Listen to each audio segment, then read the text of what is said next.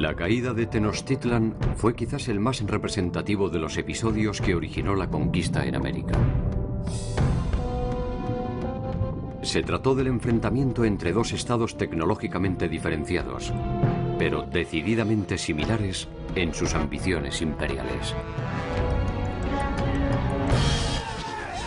El célebre sitio de la ciudad fue en realidad el previsible desenlace de una historia que desató ingenio, coraje, venganzas, encuentros y traiciones. ¿Cómo se produjo la caída de la ciudad más bella de América?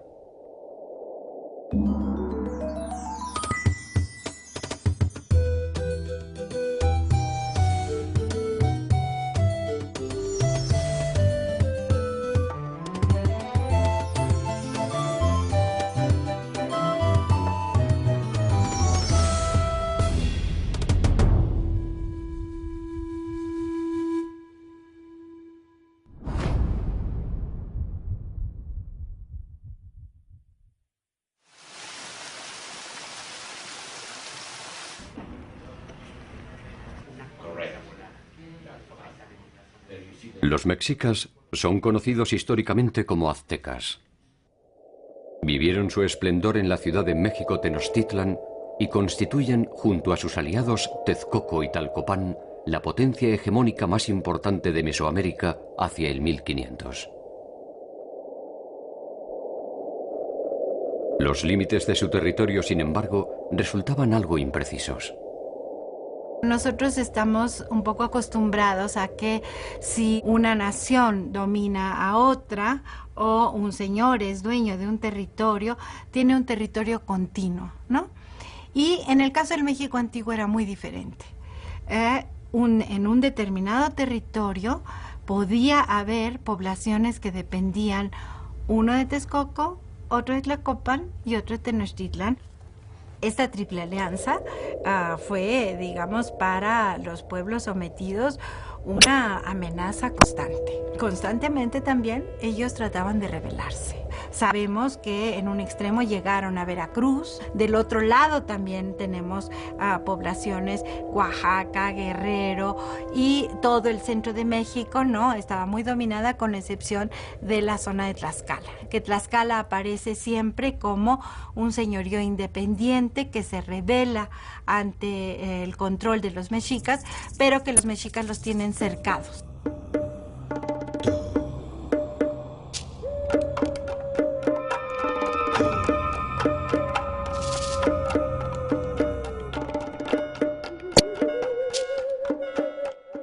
El líder supremo de los aztecas se conocía bajo la denominación de Huey Tlatoani, y no había evento, por pequeño que fuera, que le pudiera ser desconocido dentro de siempre imprecisos límites de su territorio.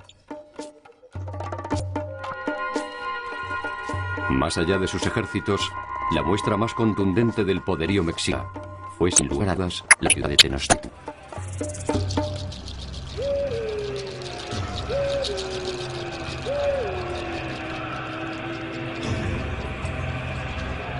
La ciudad fue totalmente destruida. El lago que la circundaba desapareció bajo la impronta del invasor. Sobreviven sus habitantes, pero refundados en siglos de nuevas influencias. Imaginarla bajo la actual Ciudad de México exige un ejercicio que en principio invita a pensarla en silencio.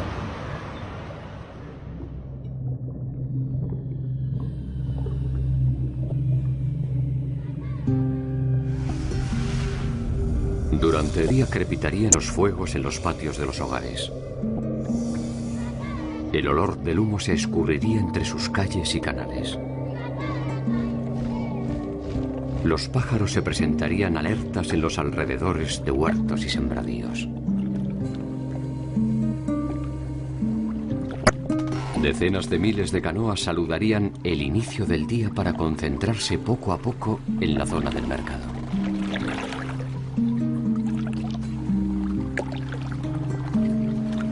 Los remos golpearían las aguas.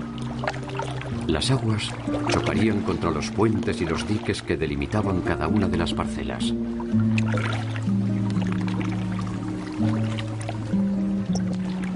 El mercado de Tlatelolco se erizaría de demandas y ofertas en su maroma de intercambios.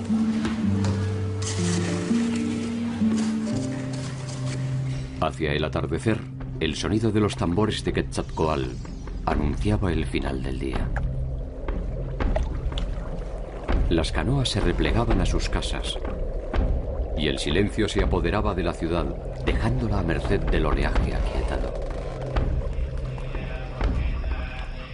Entonces, cuando el pueblo descansa, el centro ceremonial libera a los hijos predilectos de la nobleza que salen de las escuelas y caminan por entre los templos hacia sus palacios. Sus flautas suavizan la noche y liberan canciones y poesías. De la ciudad de Tenochtitlan sabemos que era un centro urbano que estaba asentado en una isla. No vivían los campesinos en la ciudad de Tenochtitlan, sino vivían los funcionarios principalmente, la nobleza. Entonces era un centro urbano con sus calles bien delimitadas, su alumbrado y la prohibición de circular en las noches.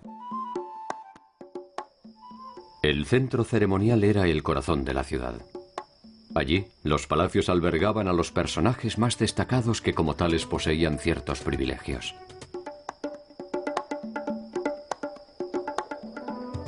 La nobleza tenía toda esta serie de privilegios de poder circular por todos los espacios sin grandes limitaciones, pero el pueblo común sí tenía estas restricciones. La noche era una de estas restricciones. La prohibición de circular era atentamente vigilada y perseguía el mantenimiento de un orden social estricto. Sabemos que había todo un código de justicia y de castigos para aquellos que entraban a las casas a robar. Tenochtitlan era la capital del orden cósmico, arquitectónico, productivo y social. Las leyes establecían rigurosamente premios y castigos y, como en toda sociedad compleja, las normas no son otra cosa que una expresión del deseo. Se ha dicho que en el México prehispánico había las prostitutas. Realmente no es un término correcto. Estas mujeres en el México prehispánico tenían una función social. No eran mal vistas, eran las entrenadoras, eran las que iban a educar a los jóvenes y les iban a enseñar todas estas artes, ¿no? Entonces, no tienen esa carga negativa que nosotros en muchas partes de la sociedad se les da.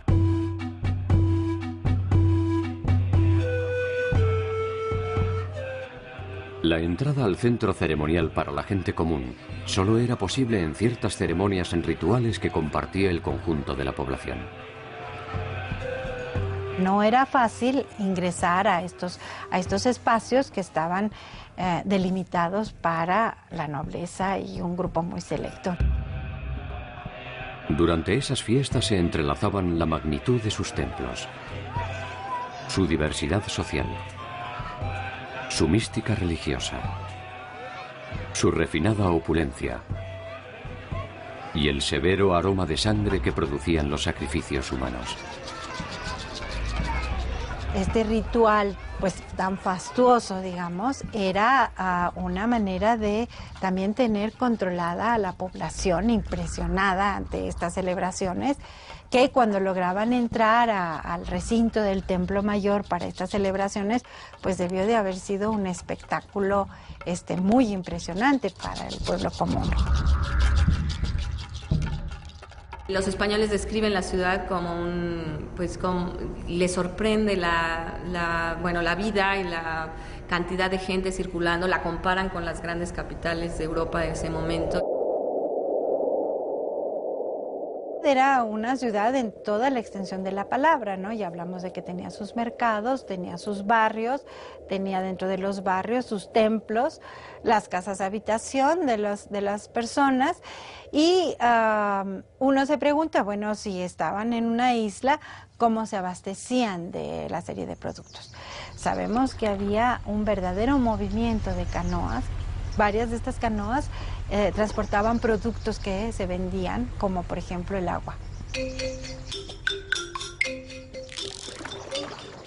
Más de 200.000 personas vivían en Tenochtitlan, y el complejo entramado de sus necesidades produjo una de las más memorables invenciones de los pueblos nahuas: la chinampa. La chinampa era un sistema intensivo de siembra que se realizaba sobre una plataforma flotante para obtener espacios para el cultivo allí donde no los había. La chinampas es un tipo de adaptación muy local a condiciones específicas muy particulares. La chinampa lo que permite es un método para ganarle tierra al lago. El lago, según la descripción de los españoles, no llegaba más arriba del medio muslo metido, aunque había grandes capas de lodo inferior. Lo que hacían los indígenas, y lo siguen haciendo, por ejemplo, en Xochimilco actualmente, es cortar vegetación natural, plagas que crecen en el lago, le llaman cinta, la cortan en la forma en que quieren hacer la chinampa, generalmente rectangular, algunas como peines, etcétera. Y después le van con un cucharón de madera, cogen fango del fondo del lago y se la acumulan arriba de esta capa de vegetación muy enredada que crece naturalmente en el lago. Luego le ponen otra capa de vegetación, otra capa de lodo, otra capa de vegetación, otra capa de lodo, hasta que llegan a tener una profundidad suficiente que el colchón que están haciendo de vegetación y lodo sobrepasa el nivel del lago. Y lo que tendrían es un colchón de material orgánico en porción, húmedo, que no necesita riego porque todo lo adquiere por porosidad, donde las plantas serían sembradas en la parte superior. Las chinampas de Xochimilco han sobrevivido al paso del tiempo. Hoy los canales muestran la maravilla de una obra que continúa operativa. Allí siguen germinando los mismos frutos que fueron hijos de aquellos que sembraron los aztecas. Bastante, híjole. Huele muy rico. Lo que sabemos es que las chinampas al final, en la época azteca, ya no se dedicaban a la producción de comida. Eran requeridas o para cultivos que tuvieran necesidad de altísimo índice de humedad, como el tomate, o bien para flores y para cosas que se usaban más bien en el ritual y no tanto en la primera necesidad o en la comida diaria. Uno puede imaginar esos jardines perfumando los ambientes en los templos, adornando puentes y caminos. Puede pensar en los ojos de los extranjeros subyugados por tanta belleza mientras son conducidos hasta el mismísimo Templo Mayor. De los edificios que más fascinación causó a los españoles cuando visitaron la Ciudad de México o cuando entraron a la ciudad de Tenochtitlan eran los palacios reales, que por supuesto eran las habitaciones más elaboradas de todo el imperio. Había cuartos donde se acumulaban los tributos, había cuartos donde se hacían grandes recepciones. Los aztecas no solo invitaban a los pueblos conquistados, sino también a los pueblos enemigos para mostrar todo su esplendor, el poderío que tenían y la gran capacidad de acumulación y de riquezas que concentraban.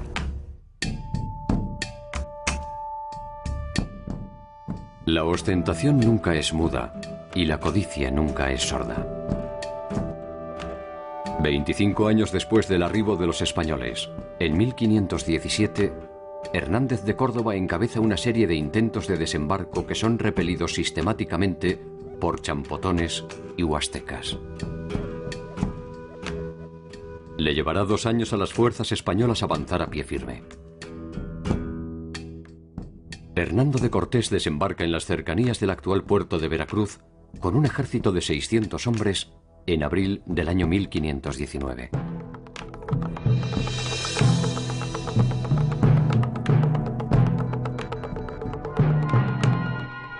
El Huey Tlatoani de Tenochtitlan es un personaje legendario. Moctezuma Xoyocotzin, o simplemente Moctezuma II. Moctezuma II es un personaje muy singular por varias cosas. Las fuentes nos dicen que él era un personaje muy religioso, que inclusive una gran parte de sus días, de su vida cotidiana, la pasaba en los recintos ceremoniales. Que además de ser un gran guerrero, esta religiosidad va a caracterizar mucho a Moctezuma II. Por eso muchas de las fuentes dicen que él pensó que esta llegada de los españoles era el regreso de Quetzalcóatl. El culto a Quetzalcóatl, la serpiente emplumada, es uno de los más antiguos de Mesoamérica.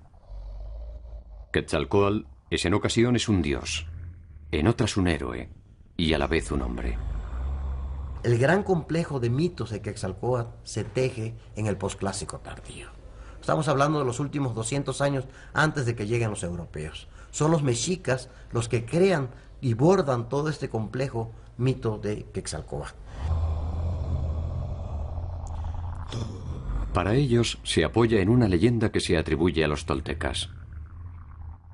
Los toltecas desarrollaron su cultura en torno a la ciudad de Tula. Quetzalcóatl, uno de sus gobernantes, condujo la ciudad con sabiduría y rectitud y suprimió los sacrificios humanos, despertando el recelo de sus enemigos. Uno de ellos, Tezcatlipoca, convenció a la hija de Quetzalcóatl para que lo emborrachara y lo sedujera. Quetzalcóatl tiene relaciones con su hija y al despertar, lleno de vergüenza por su falta, abandona Tula y se marcha hacia el este montado en una balsa de serpientes.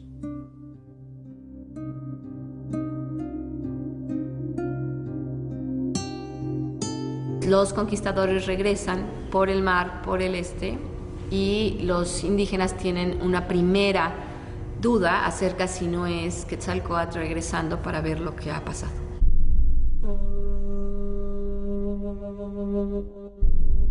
La hipótesis del regreso de Quetzalcóatl es uno de los tantos enigmas que tuvo que descifrar Moctezuma ante la presencia española en la costa del Golfo.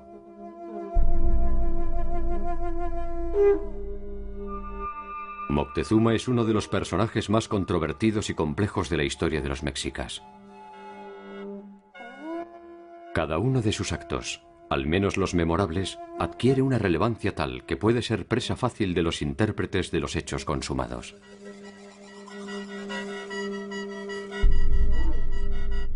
Convivieron en él con suerte variable el sabio, el estratega, el místico, el guerrero y trágicamente el hombre. Este último fue quien debió tomar las decisiones más trascendentes. La primera de ellas, determinar quiénes eran los llegados del mar.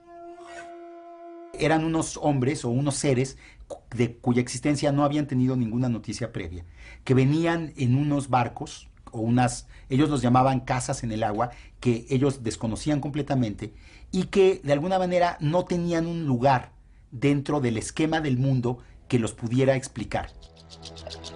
Moctezuma y en general los gobernantes del imperio Culhua Mexica parecen haber debatido estas diferentes opciones. Y cuando tuvieron noticias de la llegada de Cortés a las costas de Veracruz, decidieron pues enviar una embajada para recibir a estos recién llegados y para tratar, sobre todo, yo creo que el principal objetivo de la embajada era averiguar cuál era la naturaleza de los recién llegados. Esta embajada de incertidumbre desembocó trágicamente en la certeza española. Hernán Cortés sabía ahora que Tenochtitlan era tan poderosa como lo había imaginado, y tan rica como lo podía llegar a imaginar. Los embajadores llevaban equipo, o iban equipados para resolver este dilema. Por un lado, llevaban una serie de regalos que eran trajes de diferentes dioses. Y además llevaban regalos propios para hombres. Les presentaron víctimas sacrificiales, porque en la creencia mesoamericana los dioses se alimentaban con el corazón de las víctimas sacrificiales. Y los españoles se negaron a a que se realizara el sacrificio y se negaron a comer el corazón. Sobre todo, bueno, lo que más les interesó a los españoles fue el oro que venía contenido en varias de las máscaras y de las ofrendas que les llevaron. Recibieron todos los regalos, pero no los recibieron de una manera que fuera comprensible para los mexicas dentro del esquema que ellos habían construido para explicar a los españoles. No eran ni tan hombres ni tan dioses. La embajada solo produce más confusión a Moctezuma y a la nobleza mexica. Lo que sucedió es que la élite gobernante mexica se dividió. Al Moctezuma y la gente cercana a él pensaban que los españoles eran probablemente dioses o si no, seres muy poderosos, hombres muy poderosos que podían destruir a los mexicas. Y por lo tanto lo que buscaron fue una estrategia de negociar con ellos y de procurar evitar una confrontación directa con los españoles. Mientras que desde un principio hubo otros sectores de la élite mexica que consideraron que eran hombres y que por lo tanto podrían ser vencidos militarmente por los mexicas, que después de todo eran la mayor potencia militar. ¿Fue Moctezuma un traidor a su pueblo? ¿Fue acaso un repentino cobarde? ¿Previó quizás el final fatal e irreversible que se avecinaba e intentó un camino menos obvio que el de la simple violencia?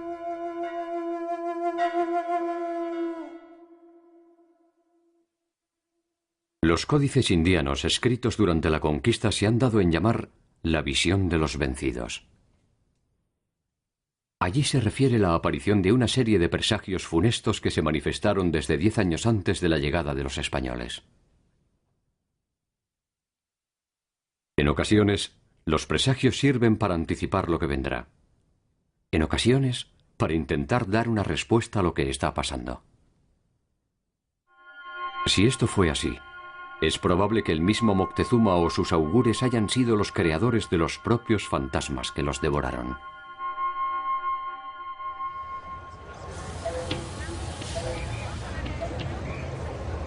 Tenochtitlan ya no está. Entender las razones de su caída es volver a pensar en los hechos, intentando poner en duda algunas verdades absolutas. Una de ellas es la que sostiene que la ciudad fue derrotada de forma relativamente rápida, con una oposición relativamente leve por unos relativamente pocos españoles. Las fuerzas españolas están instaladas en Veracruz. 433 kilómetros los separan de los dilemas de Moctezuma. Tenochtitlan se rendirá 2 años y 4 meses después. 433 kilómetros en algo menos de 840 días. Es algo así como medio kilómetro diario. Las comparaciones son odiosas. Quizás por eso siempre conservan su atractivo. Un tiempo similar le tomó a los ejércitos de Aníbal situarse a las puertas de Roma. Apenas un año a la Francia imperial para llegar a Moscú. Solo 40 días a la Alemania nazi para ocupar París. Y solo 20 días a los Estados Unidos para empezar a saquear Bagdad.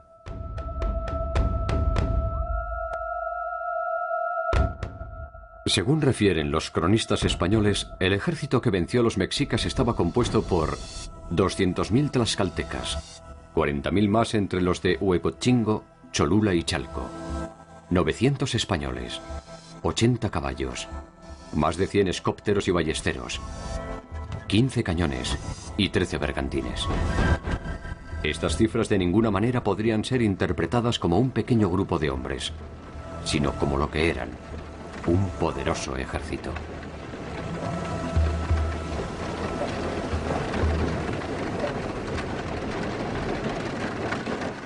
Champotones, huetcochingos y totonacas vivían sojuzgados por el poder de los mexicas. La llegada de los españoles se les presenta como una oportunidad para liberarse de Moctezuma y las cargas del tributo azteca. Cortés supo que ahí tenía una oportunidad político-militar clave, que era jugar entre las rivalidades que podían existir entre los diferentes grupos indígenas que había en Mesoamérica. La decisión tampoco resulta fácil para los pueblos sometidos. Pese al evidente poder de los españoles, someter a Moctezuma exigirá algo más que un conjunto de pueblos enojados. Una de las primeras decisiones que toma Cortés, asesorado por los Zempoaltecas, es dirigirse primero a Tlaxcala, porque le informan que los tlaxcaltecas son los principales enemigos de los mexicas y que con ellos puede establecer una alianza. Tlaxcala era una alianza de 4 señoríos, de 4 ciudades independientes que habían formado una confederación y que habían mantenido a lo largo de más de 100 años una guerra constante contra los mexicas y que nunca habían sido conquistados por los mexicas. Magiscacín, uno de los 4 señores principales de Tlaxcala, cree estar frente a una oportunidad decisiva. Una alianza con los españoles le permitiría acabar con los mexicas. Xicontencal el Joven, el más aguerrido de los príncipes tlaxcaltecas, descree de la condición divina de los españoles y entiende que, como a cualquier invasor, solo le cabe sentir el peso de las armas. Su posición se impone en el Consejo y se decide enfrentar a las tropas de Cortés. Cuando supieron que los españoles, acompañados por los zempoaltecas, venían hacia su tierra, lo que ellos decidieron fue enfrentarlos militarmente para ver qué tan fuertes eran, para ver si los podían vencer, y entonces, con bastante astucia, organizaron una guerra indirecta. Es decir, hicieron que los que atacaran a los españoles fueran vasallos suyos, otomíes, que hablaban una lengua diferente y que pertenecían a pueblos distintos, al mismo tiempo que ellos establecían contactos diplomáticos con los españoles. La victoria sobre Tlaxcala resultará decisiva para los planes de Cortés, tanto desde lo militar como desde lo simbólico. La batalla entre los otomíes y los españoles duró varios días, fue una batalla muy fuerte. Y de hecho, los españoles estaban a punto de ser derrotados por los indígenas, que eran mucho más y tenían mucho más fuerza que ellas. Y en la última noche de la batalla, desesperado, lo que Cortés decidió hacer fue atacar una ciudad que estaba relativamente cercana al campo de batalla durante la noche. En la tradición mesoamericana nunca se atacaba de noche y nunca se atacaba a una población civil sin ninguna advertencia previa. Entonces, al romper 2 de las reglas fundamentales de lo que era la guerra en Mesoamérica, lo que Cortés demostró es que los españoles eran capaces de una violencia militar tal que era imposible de alguna manera derrotarlos. La guerra no era como nosotros tenemos la guerra, de que llegan y acaban con todo. Había todo un protocolo previo para la guerra. Cada mañana, antes de iniciar un combate, una delegación tlaxcalteca se acercaba al cuartel general de los españoles para proveerles alimento y bebida. Magiscacín insiste en establecer una alianza. Xicontencal cree que la victoria todavía es posible. En los llanos de Tecoatzingo, los tlaxcaltecas libran una última y decisiva batalla. Francisco Cervantes de Salazar, en su Crónica de la Nueva España, se refiere al más grande ejército mesoamericano desplegado a campo abierto.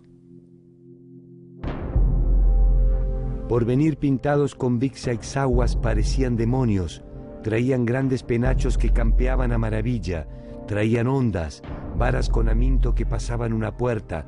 Era el arma que más temían los nuestros, lanzas, espadas de pedernal, arcos y flechas sin hierba. Nunca españoles vieron en campo tan hermoso ejército y tan grande después que las Indias se descubrieron, porque los mexicas nunca salieron a campo. Los señores tlaxcaltecas sin intermediarios pueden observar el desempeño de los españoles. Sus sólidas armaduras, sus armas de fuego, sus feroces perros y esas temibles bestias que montan y a las que dominan a su antojo. Hay bastante literatura acerca de que los indígenas, igual que se espantaban frente al tronido de los cañones y de los arcabuces, en un principio se espantaron mucho al ver a los animales que no conocían. Sobre todo cuando bajaban de estas bergantines a los puertos los españoles subidos en sus caballos. En las descripciones que, por ejemplo, recibe Moctezuma hasta el centro de México de sus espías en la costa que ven a los primeros españoles, es que son seres que son uno solo, o sea, el conquistador y el caballo, y sí les tienen enorme miedo por su total desconocimiento de la naturaleza específica del caballo. Los perros de pelea, por ejemplo, son muy agresivos, habían sido entrenados para morder, y los indígenas les tienen gran pavor porque, bueno, eso sí es un arma muy efectiva cuando hay enfrentamientos entre españoles y indígenas. Los tlaxcaltecas no fueron un pueblo que se entregara cobardemente al extranjero a la primera ocasión, sino midieron la fuerza del extranjero y decidieron que el camino más racional para ellos, para lograr mantener su supervivencia política como pueblo, era aliarse con esta fuerza, y sobre todo vieron en los españoles la oportunidad de vencer a su enemigo histórico, que eran los mexicas. Cortés y su multitudinario ejército llegan hasta la ciudad de Cholula, aliada de Moctezuma. La ciudad consagrada a uno de los principales dioses mesoamericanos, Quetzalcóatl. Según cuentan los españoles, cuando llegaron a Cholula, les fueron avisados que iban a ser atacados a traición al día siguiente. Y entonces ellos decidieron atacar primero. Y entonces rodearon la plaza principal de Cholula junto a la pirámide de Quetzalcóatl y masacraron a todos los que estaban en la plaza en ese momento.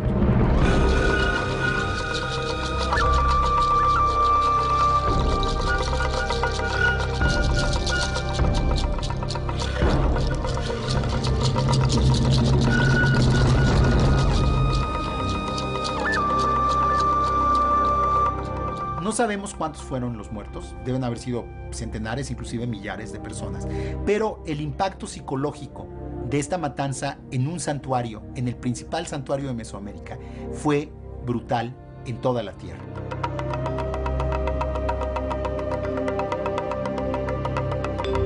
Finalmente, Cortés llegó a la Ciudad de México en noviembre de 1519 y ahí fue recibido formalmente por Moctezuma.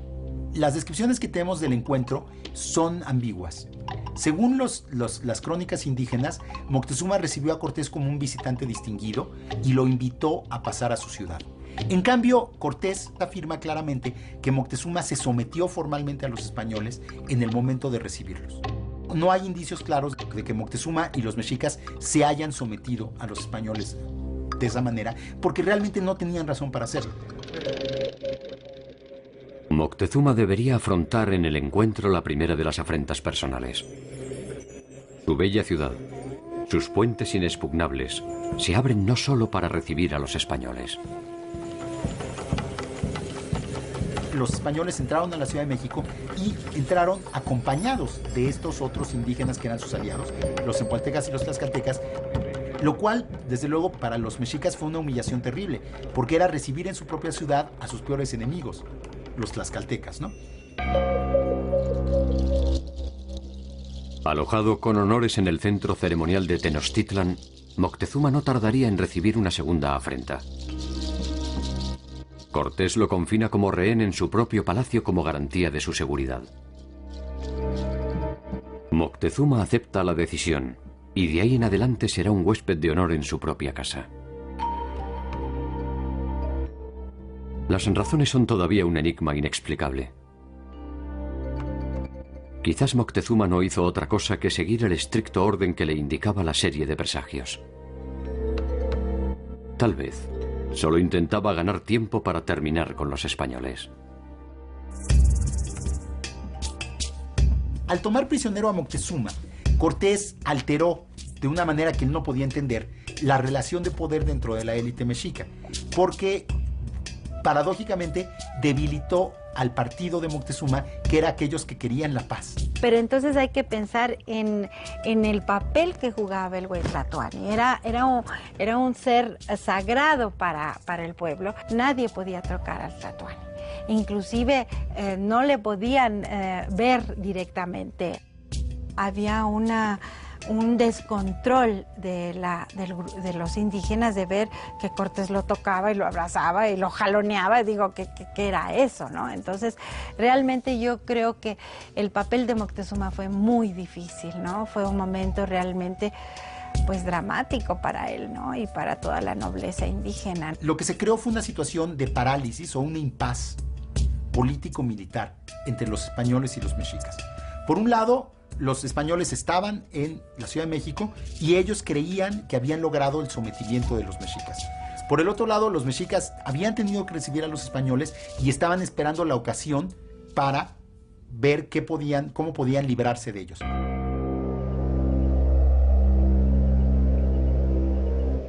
La casualidad ofrece a veces oportunidades que ni siquiera el deseo puede imaginar. Los mexicas desean que Cortés abandone la ciudad y Cortés debe viajar con urgencia a Veracruz para resolver problemas de competencia con sus superiores. Uno de sus capitanes, Pedro de Alvarado, queda al mando durante su ausencia. Es la oportunidad de recuperar la ciudad. En mayo se iba a realizar una gran fiesta religiosa en honor a Tezcatlipoca y a Huitzilopochtli. Y entonces los mexicas decidieron hacer en esta fiesta una gran demostración de la fuerza de los mexicas. No en términos militares, pero en términos pues simbólicos, ¿no? Reunir a todos los jóvenes de la ciudad y demostrar el gran número que eran y su lealtad a sus dioses. Los tambores suenan en la cima de los templos. Los jóvenes ataviados inician sus cantos en honor a Huitzilopochtli y Tezcatlipoca. Alvarado, que había autorizado la celebración, comienza a temer que la fiesta no es más que una excusa para atacarlos y se adelanta. Ataca la Plaza Mayor y produce una nueva matanza. El impacto fue brutal, ¿no? Porque fue un ataque otra vez contra una población desarmada. Y fue un ataque pues que realmente debilitó seriamente a los mexicas porque mató a los jóvenes guerreros. Los mexicas en esa misma noche iniciaron un ataque contra los españoles y los siguientes 20-30 días mantuvieron sitiados a los españoles en el palacio en una guerra constante. Pero al parecer Moctezuma salió a tratar de apaciguar al pueblo mexica. Pero obviamente pues, después de la matanza los mexicas ya no estaban dispuestos a escuchar a Moctezuma y Moctezuma había perdido cualquier autoridad política o moral sobre ellos y según las versiones españolas los propios mexicas le aventaron piedras a Moctezuma y lo mataron con las piedras. Otras versiones afirman que fueron los mismos españoles los que ultimaron a Huey Tlatoani. No hay tiempo siquiera para llorarlo. De nada vale que los españoles les entreguen el cuerpo de Moctezuma a los mexicas. La pompa o el escarnio pueden esperar. La figura de Moctezuma es una figura que yo a veces pienso que ha sido como injustamente tratado, ¿no? Porque algunas veces se ha dicho que fue cobarde, que se dejó dominar por los españoles, ¿no? Y yo creo que él tenía un conflicto muy fuerte por esta religiosidad. Y creo que otro punto que no hay que olvidar es que finalmente el resultado de la conquista, es decir, la destrucción de México Tenochtitlan y la dominación de los mexicas, le dio la razón a Moctezuma.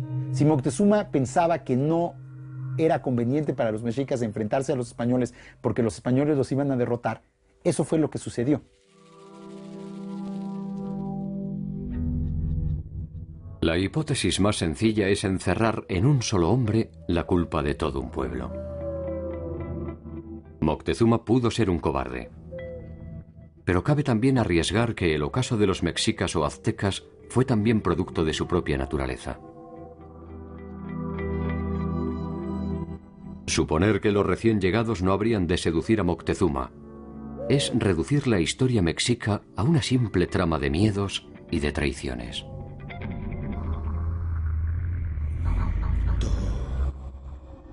Cuando los mexicas erigieron Tenochtitlan, eran aún vasallos de otros señores.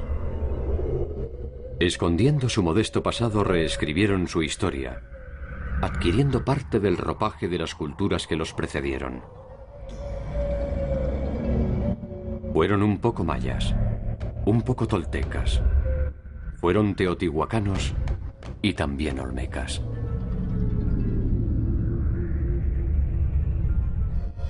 Moctezuma pudo también haber sido fiel a esta construcción colectiva. Quizás solo quiso aprender, vencer y cambiar, tal cual lo hicieron los antiguos tlatoanis. No sabremos jamás si solo esperaba reescribir su propio tiempo. Más allá del día final, su cuerpo vuela lleno de dudas hacia las profundidades del inframundo, mientras su pueblo recupera la memoria histórica, se despoja de su vano oropel y se entrega a la muerte heroica.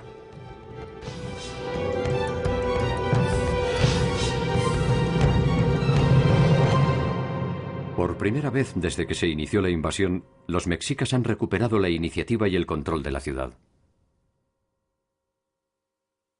Cortés retorna a Tenochtitlan sin saber lo que ha sucedido durante su ausencia. Al ver regresar a Cortés, los mexicas decidieron dejarlo pasar a la ciudad, porque pensaron que iba a ser más fácil derrotarlo con los demás españoles dentro de la ciudad que enfrentarse con él fuera de la ciudad. Entonces Cortés se pudo reunir con los españoles sitiados y después de unos días de batallas infructuosas, decidió que la única salida que tenían era huir de la Ciudad de México. Tenochtitlan era una fortaleza flotante conectada a la tierra por una serie de calzadas que hacían de puentes. Sobre ella, hoy se alza la imponente Ciudad de México. Los puentes que comunicaban el islote con la tierra firme han sido sepultados por otras calles. Una de ellas es la actual calzada de Tacuba, la ruta elegida por Cortés para huir de la ciudad. Que era la que salía de la ciudad de la Tenochtitlan hacia el oeste, hacia la tierra firme. Por ahí trataron de escapar los españoles. La Noche Triste, en la famosa repliegue de la Noche Triste, por ahí salieron y por ahí fueron perseguidos por los aztecas. Los españoles huyen en medio de la noche con una módica versión de su conquista. Apenas el oro que pueden cargar en sus alforjas. Muchos se hunden en los puentes, arrastrados por el peso del saqueo. Por primera vez los mexicas combaten en la noche. Su bautismo de fuego no puede ser más exitoso. Casi la mitad de los invasores mueren en la retirada. A duras penas, los supervivientes abandonan Tenochtitlan perdiendo en el camino casi todo lo robado.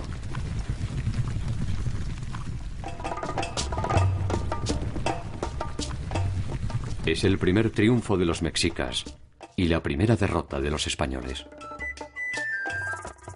Cortés deja en el camino, sin distinción de raza ni credo, unificados por el tenue tono de la muerte, a más de 600 españoles, algunos miles de sus aliados y medio centenar de caballos. Huitzilopochtli, el dios de la guerra, tiene al fin su noche feliz. Su templo se regará con la sangre del invasor. Es un día de fiesta.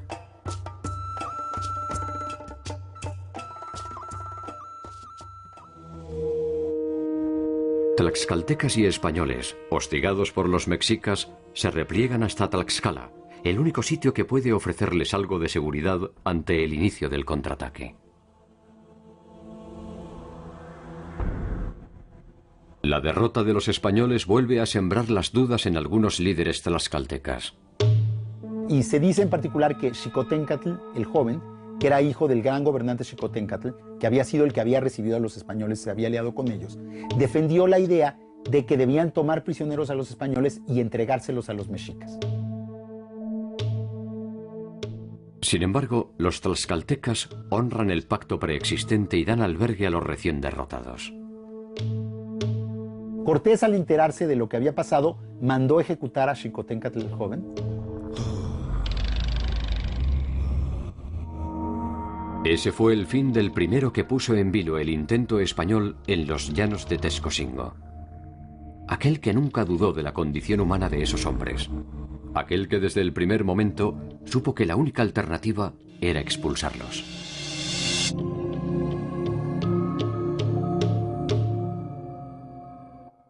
Paradoja del destino. Su bandera sería alzada en Tenochtitlan por Cuauhtémoc, el último Huey Tlatoani de los mexicas. Cuauhtémoc sabe que Cortés regresará. Lo sabe entre otras cosas porque él tampoco renunciaría a una conquista. Sus primeros pasos tienen que ver con el aprovechamiento del impacto de su reciente victoria. Las cabezas de los españoles vencidos y las de sus caballos se pasean por los señoríos de la región como prueba de la reciente vulnerabilidad de los invasores. En Tenochtitlan, Cuauhtémoc manda construir más de 6.000 canoas para resistir. Y luego buscaron restablecer la red de vasallajes y de alianzas que sostenían su imperio. Y para lograr eso, pensaron que lo mejor era ofrecerles a sus vasallos unas mejores condiciones.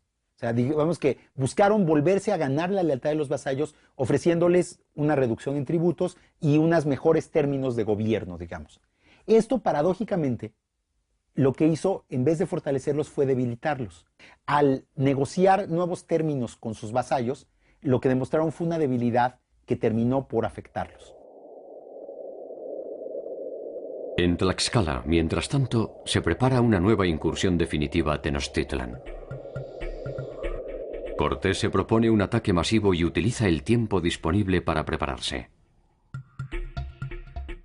10 meses después estará de regreso con 13 bergantines y más de 200.000 hombres fuertemente pertrechados para iniciar el sitio. Otra cosa que afectó seriamente a los mexicas fue que se esparció por Mesoamérica la primera de las grandes epidemias venidas de Europa. La viruela era desconocida en Mesoamérica y los indígenas no poseían defensa contra el virus. En un alarde democrático, atacó indiscriminadamente tanto a mexicas como a tlaxcaltecas. Estos últimos, al menos, contaban con la experiencia española para intentar entender lo que pasaba. Para los mexicas, era otra señal desconocida, aciaga y estremecedora, que se abatía sobre su presente. Entonces, realmente, para cuando se inicia el sitio de la Ciudad de México en mayo de 1521, los mexicas están ya políticamente vencidos. Lo único que resta es derrotarlos militarmente, y esto es lo que va a ser la última gran batalla de la toma de la Ciudad de México, que durará 3 meses. Cuauhtémoc recibe los primeros ataques en 3 puntos simultáneos. Los bergantines distraen las acciones de sus canoas. Los mexicas destruyen los puentes que permiten el ingreso a la ciudad. Los españoles los reconstruyen durante la noche. Los nombres de Xilacatzin, Xoyexin y Temoxin, héroes de aquellas sangrientas jornadas, resisten aún los intentos de la historia que insiste en sitiarlos en el anonimato. Un ataque comandado por el propio Cortés es repelido y 50 españoles se suman a los 15 que ya fueron tomados prisioneros. Durante la noche los españoles son sacrificados. Sus gritos retumban en el cielo de Tenochtitlan y llegan hasta donde intentan dormir las dudas de los enemigos. La esperanza de una victoria breve se aquieta y el invasor espera que la ciudad se consuma por sí sola. La provisión de agua ha sido cortada y no hay cómo abastecerlos de alimentos. La peste se expande entre los canales y los muertos se amontonan en las calzadas. En uno de los numerosos ataques, Cuauhtémoc es sorprendido a bordo de una canoa y finalmente es atrapado. La resistencia cesa y los españoles y tlaxcaltecas disponen el saqueo de la ciudad.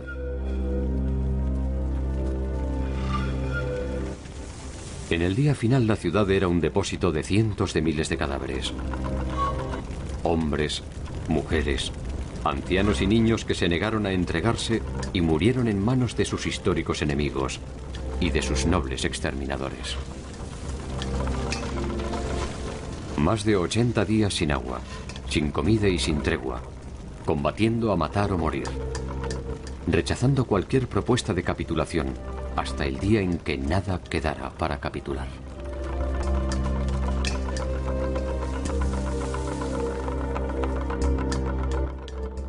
En 1525, 4 años después de la derrota, después de torturas e intentos de manipulación, Cuauhtémoc es ejecutado. Con él se va el secreto del tesoro que perdieron los españoles en su huida. Ya no habrá más Huey Tlatoani, ni habrá más Tenochtitlan.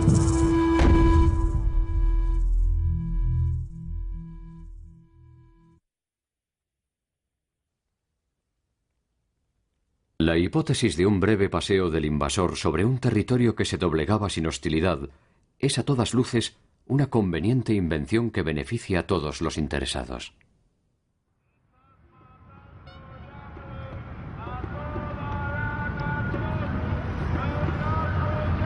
Por detrás de la espada, los cronistas terminaron su tarea reduciendo los hechos a una breve historia de corajes, intrigas, traiciones y daños colaterales.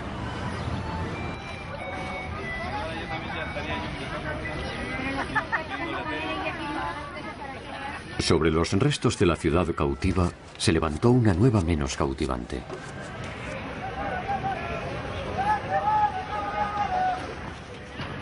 Lo que quiso ser arena del olvido volverá alguna vez a la orilla de la memoria para intentar ser una vez más, desde allí, el principio de una nueva peregrinación.